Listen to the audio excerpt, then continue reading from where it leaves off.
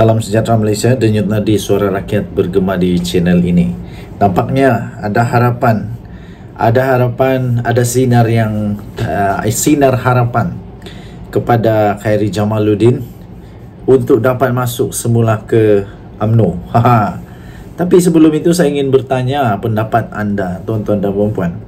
Adakah Khairy Jamaluddin masih lagi relevan untuk parti UMNO? Patutkah Khairy Jamaluddin diberikan peluang untuk masuk semula ke UMNO? Dan apakah kelebihan sekiranya Khairy Jamaluddin boleh bersama dengan UMNO semula? Ingat satu ketika dulu,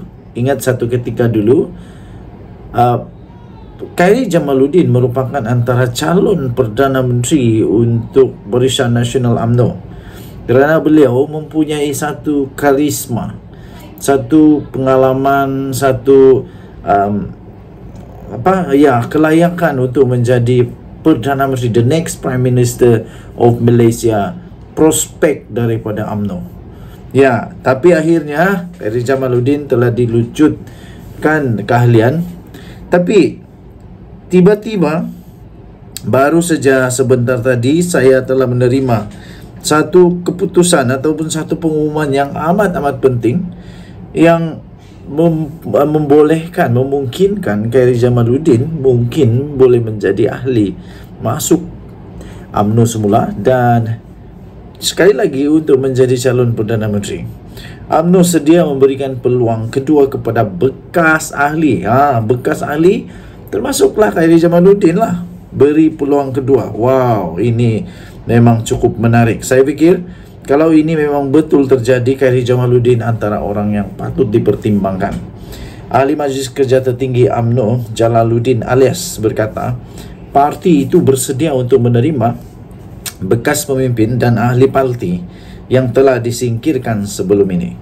Jalaluddin yang juga adalah pengerusi Badan Perhubungan UMNO Negeri Sembilan berkata, ini kerana ada di kalangan mereka yang telah disingkirkan selepas proses pemutihan mahu menjadi ahli UMNO semula selepas melihat keadaan parti itu pada ketika ini, kata beliau. Di Negeri Sembilan, Setiausaha UMNO Negeri dan bahagian sudah pun diarah untuk membuat tapisan setiap permohonan yang dibuat bagi memastikan mereka yang masih mempunyai kecenderungan dan kesetiaan kepada parti untuk diambil semula sebagai ahli, kata beliau. Beliau juga turut menambah, Jalaluddin juga turut menambah, beliau berkata proses pemutihan dilakukan parti itu sebelum ini untuk bertujuan membersihkan parti daripada mereka yang tidak berminat lagi dengan UMNO dan beranggapan parti itu akan menjadi lemah. Katanya seperti yang dilaporkan oleh berita harian. Jalaluddin ditemui selepas beliau merasmikan persidangan UMNO Cawangan Amar, penghulu Dewan Budaya Kampung Amar, penghulu di Jelebu semalam. Selepas PRU15, pucuk pimpinan UMNO telah menyingkirkan beberapa pemimpinnya yang dilihat tidak sehaluan dengan keputusan parti itu untuk bekerjasama dengan Pakatan Harapan. Antara yang telah dipecat ialah bekas Ketua Pemuda UMNO sendiri, Khairy Jamaluddin, dan bekas Ketua Penerangan UMNO sendiri, Isham Jalil. Manakala bekas Naib Presiden UMNO pula, Hishamuddin Hussein, dan bekas Ketua Penerangan UMNO, Syaril Sufian Hamdan pula digantungkan keahlian mereka. Jalaluddin berkata proses pemutihan itu sebelum ini tidak menggugat parti itu di Negeri Sembilan. Berikutan cawangannya berjaya menjalankan mesyuarat. Cawangan mengikut canduan. Okey, so tuan-tuan dan puan yang dihormati sekalian, apa pendapat anda? Patutkah untuk Khairy Jamaluddin masuk semula UMNO? Apa yang dia boleh buat kalau dia masuk semula UMNO? Dan adakah dia inilah adalah penyelamat yang dinantikan selama ini oleh UMNO untuk membawa semula UMNO ke zaman kegemilangan UMNO sebelum ini? Saya fikir dia boleh menjadi the next Prime Minister of Malaysia, dan dia juga boleh menjadi Presiden UMNO yang seterusnya. Kerana beliau masih muda, beliau mempunyai pandangan yang cukup luar biasa, mempunyai kehebatan, karisma dan sebagainya yang cukup lengkap, perfect package. Apa pendapat tambah Anda? Tinggalkan komen. Dan Nadi, Suara Rakyat berkembali channel ini. Bye-bye. Salam sejahtera Malaysia. Dan Nadi, Suara Rakyat berkembali di channel ini. Tuan-tuan dan puan yang dihormati sekalian, sebelum itu soalan saya, Anda boleh tulis di ruangan komen ya.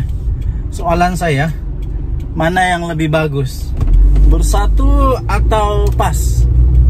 Mana yang lebih bagus bagi kuat sekarang, bersatu atau pas? Kalau bertanding, mana yang boleh menang, bersatu atau pas? Pada pendapat saya rasa pas lebih kuat kot. Kalau banding dengan bersatu. Bersatu asal tanding saja sekarang kebanyakannya gagal. Kebanyakan gagal. Tapi pas memang kuat. Kalau bersatu menang pun ramai orang kata mereka menang hanya kerana ada pas yang tolong, undi dari pas. Kalau bersatu hanya satu saja, tak ada pas, belum tentu boleh menang.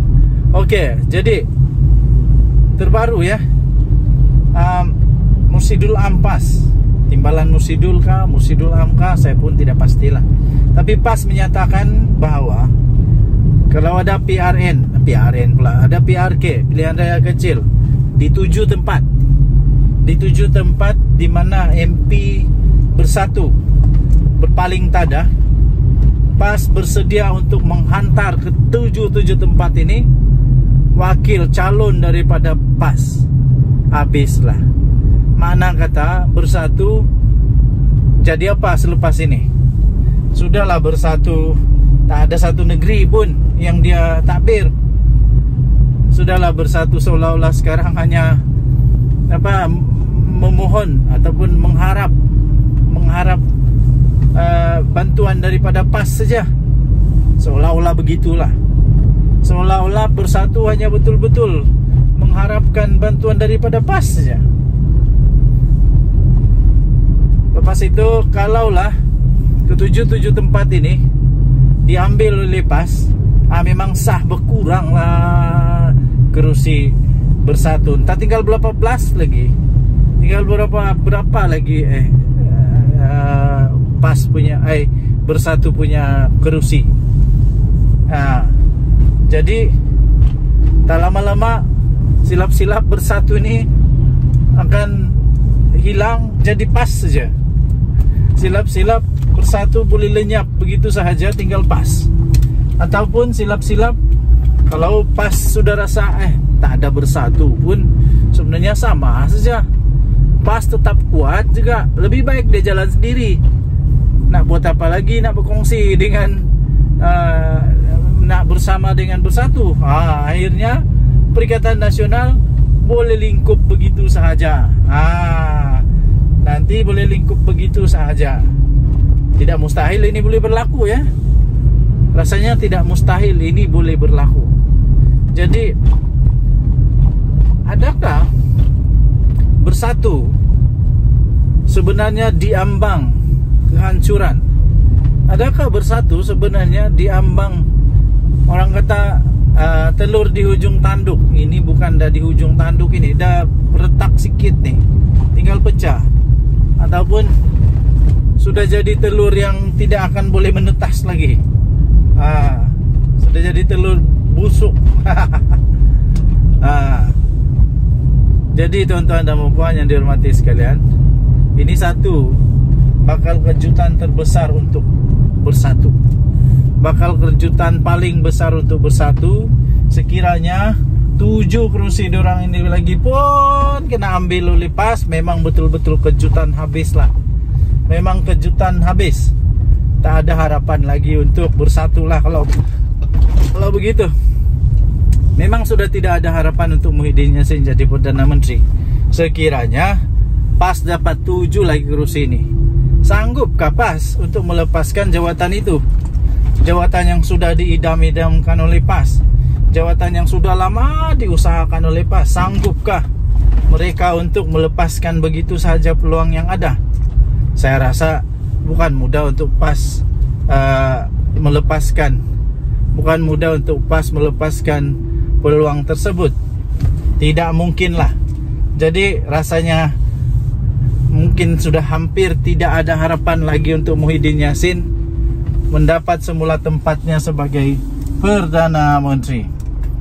Silap-silap bukan sahaja melepas dari Perdana Menteri, silap-silap segala-galanya akan kabur begitu saja.